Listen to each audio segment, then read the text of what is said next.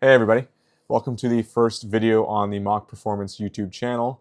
Today we're going to be talking about the importance of pronation during squatting movements and the resulting consequences if someone does not have good pronation control or even a little bit too much pronation. What we've got here is just some computer generated models of the foot. As you can see, we've got the calcaneus here in green, the talus, and then your forefoot's going to consist of these 5 bones here, or your metatarsals, okay? So now that we've defined the calcaneus, talus, and your forefoot, let's talk about the actual mechanics of motion during pronation. So essentially during pronation, the foot is going to go through a spiraling motion, and that spiraling motion is going to allow your tibia here, it's going to allow the tibia here to translate what we call anterior or forwards. That's essentially, most of you know this term already, it's essentially what's causing that dorsiflexion, that ankle dorsiflexion to occur. So that's when your tibia is going forward, okay? But the tibia cannot do this if the talus does not essentially make room for it. And in order for the talus to make room for that motion, you need your calcaneus, so again this bone here, and the forefoot need to go through opposite spiraling motions. So essentially what that looks like, as you go into pronation, for successful pronation, the calcaneus needs to go through eversion, which is essentially, it's going to spiral laterally or to the outside of the foot. So along here, the forefoot is going to spiral to the inside of the foot, or what we call medial. If you don't know your anatomy terms, it's helpful to learn, but I'll try and explain it in the video. So again, the forefoot is going to go medially. It's going to spiral medially or to the inside of the foot. The calcaneus is going to spiral to the outside of the foot, or what we would call laterally. You're also going to see in the toes that they're going to abduct, or they're going to essentially move away from each other. They're going to spread apart. Once all that has occurred, then finally you're going to see that the talus, what it's going to do is it's going to roll like back and medial. So it's going to go back and then in. If all of these motions can occur, then you have clean motion for the tibia to translate, again, what we call anterior or forwards.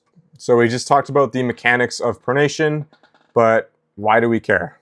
As we go into that descent during the squat, your body needs to absorb the forces that are acting on it. So again, when you go down in that squat, all the weight and gravity is compressing you. It's pushing you down into the floor.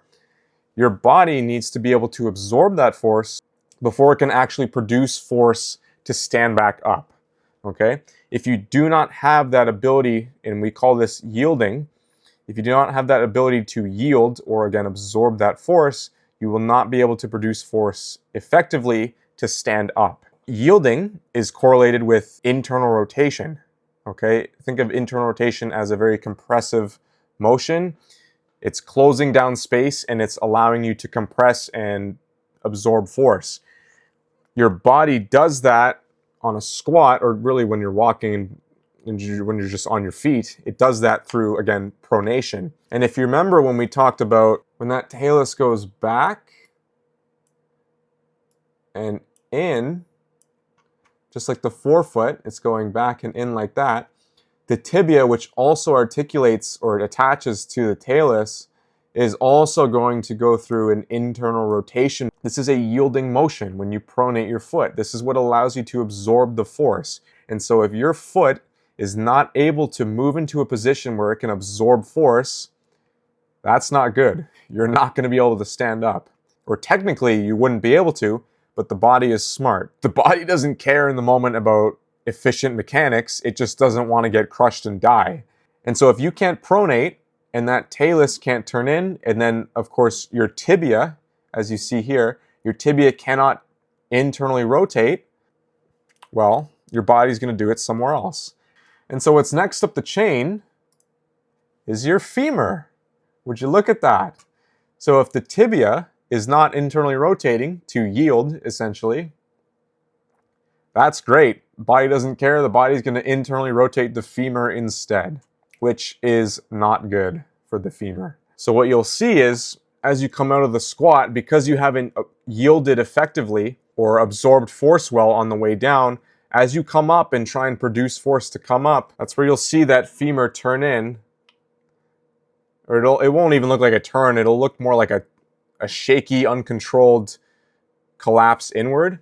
That's your compensatory IR. So that's that compensatory internal rotation of the femur, because the body is trying to yield somewhere.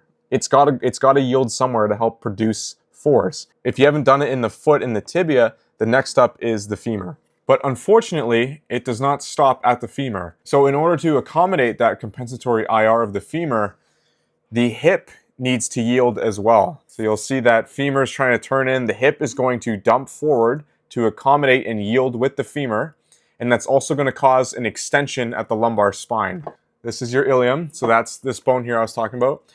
The left side, let's say it's the left leg that can't pronate very well, or it's stuck in supination, that left hip is going to dump forward to accommodate the left femur turning in, and you'll also then get, because anterior pelvic tilt accommodates or correlates with extension of the lumbar spine, you're going to see that, specifically here, you're going to see that the left-sided erectors or paraspinal muscles are going to be more hypertonic, we call it, or they're essentially going to seem bigger and fuller or just tighter compared to the right. And that's because as this hip is dumping forward or rotating anterior, like we said, to accommodate the femur turning in like that, again, this is all compensatory. Now the paraspinals here, your erector muscles, that's a horrible drawing, whatever, they're going to be super tight. The right's going to be a lot more slack. But what's also going to happen too is this is a bilateral movement, and so to accommodate the left hip going forward, the right is going to rotate back like that. And now the problem is, now your poor sacrum, which is this bone here, I'm touching right here, this is the sacrum. The sacrum does opposite motion of the iliums, so the sacrum is going to counter-nutate on the left, and it's going to nutate on the right, and now you have this sacral torsion, which is not good. That's where you start to get SI joint pain. So most common place is on the right for people, that right side. And again, that's due to that, as that left hip goes forward, it also causes a natural right turn, or turn into that right side with the hips. And that is now locking down. If you look at the arrows on the right side, this arrow is going forward, this one's going back. They're essentially closing down space. It's closing down the space in that right SI joint, and it's very compressed, and it's going to start causing pain, especially to the ligaments. Whereas on the left side, you see how they're going apart? Pretty weird, eh? Now there's going to be space at the left SI joint. This is also going to cause issues with the left adductors, as when you have a more extension biased position, so these guys here, that is putting a lot more chronic strain on the adductors. So if you're someone who constantly strains your left groin, you may need to screen yourself and see if you have issues pronating, and if you have any of these other symptoms, so to speak, of a lack of pronation. So let's recap real quick. Left foot cannot pronate very well. That means the left femur is going to go through compensatory IR during the squat. That's going to dump the left hip forward, which is then going to pull the left lumbar into extension, or the left part of the lumbar spine into extension. The left erectors, so these big guys here, which contribute to extension, are going to be hypertonic. They're going to be a lot more stressed out and working harder than the right. And then because of that, you're going to have this turn, this global turn into the right side, which is going to pull this right hip back. And so that's going to cause a compression right here at that right SI joint. And that's where you're going to see the pain. Or it's one place you can see pain. You know, pick your poison. It could be just left lower back tightness all the time, or left low back pain, straining your left groin all the time. You'll also get left knee pain, because that compensatory turn in, or that compensatory IR of that femur, is putting a lot of strain on the medial or the inside structures, such as your MCL medial meniscus. That's where you start to see that inside, let's say it's the left side again, that left knee, then the inside of it is going to be chronically in pain. And people don't know why, but it all stems from all, well, it stems from all this, but it all comes from that foot being unable to pronate. You're too biased on the outside of the foot in that supination position. And so as this compensation develops, now let's say again we've got this global turn to the right. Did you guys see that pen? So we got that global turn to the right. When you have this rotation to the right, you often see here this big muscle, the right lat, is going to be very compressed. Okay, it's going to close down. It's got compressive forces closing it down. It's going to be a lot more stiff. And then because the lat attaches, the lat originates from the thoracolumbar fascia here. When you have all this compression on that side, it's just going to make the SI joint pain even worse. Or you could even feel pain in this area as well. Okay, specifically right here, it can mask as right like lumbar tightness, but it's really that fascia that's just getting so compressed and tight from the right lat being clamped down like that. And then as a result, when you have that clamp down on the right side, you're going to see the left shoulder girdle is going to get elevated and the right will look lower. So when you see people with that left shoulder hike that's causing impingement on the left shoulder, maybe it's not a left shoulder problem. Maybe it's coming from the right side. You got to get off that right side. You got to release that compression so that this left side here can go back down to a normal level. Yeah. So that's already a lot of compensations. It would even travel up to the neck and to the head.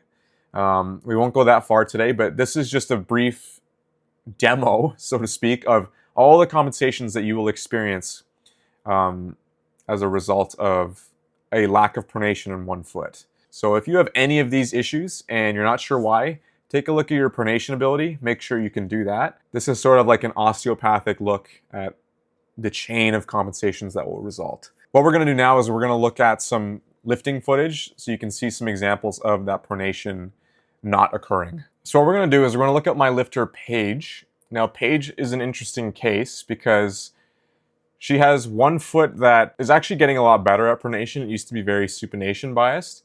But she also has another foot that just has too much pronation into where there's no control and it turns into just like flattening out her feet. Okay, so we've got the video here. So let's start this squat. Pay attention to what her feet are doing. So right away, you can see, look at the difference. We got the left. The left is getting better. It's pronating decently. It's gotten better. She's used to be a very supination biased in the left. We are getting some decent pronation control there. But if you watch the right, as it goes down, it's almost like too much. And it'll show up more in the next rep, I think. But it's just not controlled at all. And you'll see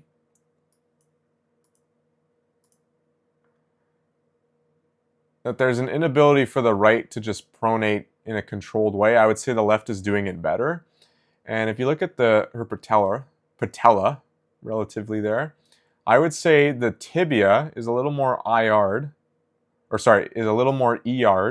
relative to her patella or her femur. Whereas the left is a little more, it's still a little ER'd as well, but I would say it's a lot more in line than the right is. And so you can even see at the bottom, like, her foot just looks a lot more well stacked, whereas the right is just falling in. And so she has a lot of troubles getting that right glute to fire. Hers comes from a long history of hip issues where now that right foot is just, or that right hip is just so turned back and in that her pronation control on the right is just gone. It's just too much pronation. So I'm trying to get her to practice controlling through a good steady pronation versus just like not having control at all, and then in the bottom the foot just dumps and flattens out and she loses all contact with that side. And then you'll see here, now some people, this is a good thing to talk about actually. So that knee cave there that you saw is normal. That's that adductor magnus contributing. Again, as you go deep in a squat, the glutes sort of lose some leverage. And so the adductor magnus is a good hip extensor in deep hip flexion. So you'll see them contracting, pulling in the knees. But it's when you see more jerky, or like, that wasn't bad, or a more uncontrolled, yeah, right there. So watch here's the left, watch the right.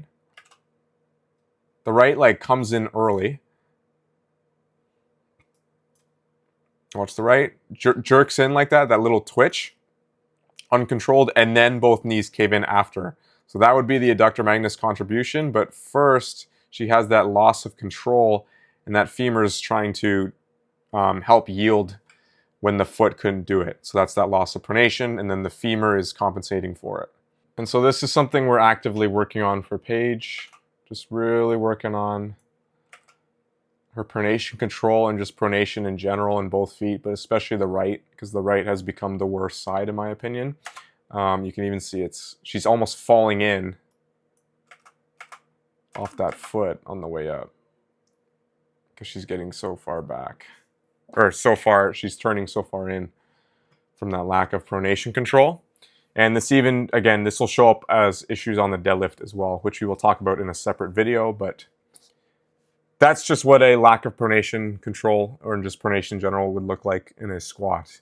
There's plenty of examples. I thought hers would be an interesting case because there's sort of two things going on, but that's sort of the idea behind it. Essentially what you're going to do is you're going to work on improving your dorsiflexion with pronation. This is a great way to get started. So a lot of people will do that ankle mobility stretch and they'll just work on that dorsiflexion, driving that knee forward, trying to feel the stretch in that like Achilles tendon area. But what you're not paying attention to is what's your foot doing while you're doing that? Because remember, if your foot is not able to pronate under load, you're not going to be able to dorsiflex regardless. So by trying to just brute force it without paying attention to what you're doing, it's really a waste of your time. So when you do that stretch, you want to think of really driving that big toe down, your feet are splaying, and most importantly, you're maintaining that heel contact as you drive that foot forward, okay? So another exercise you can do as an accessory, or I'm sure a lot of you are doing this already as an accessory, but if you go to the hip abduction machine, for example, I'm setting my hips by leaning forward, getting into that hip flexion. You're basically simulating hip flexion as you would go into a descent in the squat. And it's hard to see in this video, but I'm focusing on pronating my feet, especially that right side, as I drive out. By doing so, I get a much better stimulus on my glute med. So it's really important that when you're doing this stuff that you're paying attention to what is happening at your feet, because it all starts at the feet. This is essentially what can stem from not having good pronation in the foot, especially when you're doing something frequently like squatting as a powerlifter or any squatting movement as a bodybuilder. We will most likely turn this into a series. I'll probably do pronation issues in the deadlift as well, but I hope you've enjoyed and learned something from this video today. You can expect to see more of videos like this from me on the channel. So thanks for watching. We'll see you in the next video. Have a great day.